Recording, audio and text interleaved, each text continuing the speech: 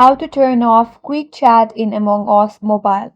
Hi everyone, this is Kate here and welcome back to the channel, and on today's video we will learn how we can turn off quick chat in Among Us and enable free chat in mobile device. So without further delay, let's get started. For that, first of all, you have to open up Among Us application. Once you open it up, you will see this kind of interface. Now to change your settings from quick chat to free chat, tap on the play button here. Now you have to select online.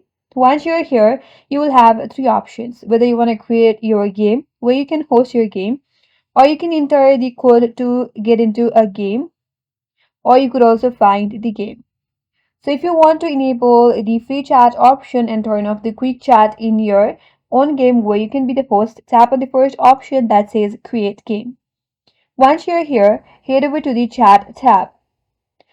Under chat type, if you have selected the quick chat, it says you will only be able to use quick chat with while playing and will only play with other quick chat users.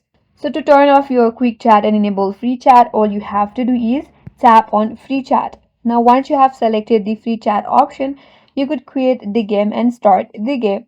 So that's how you can turn off quick chat in Among Us and enable free chat in your host game.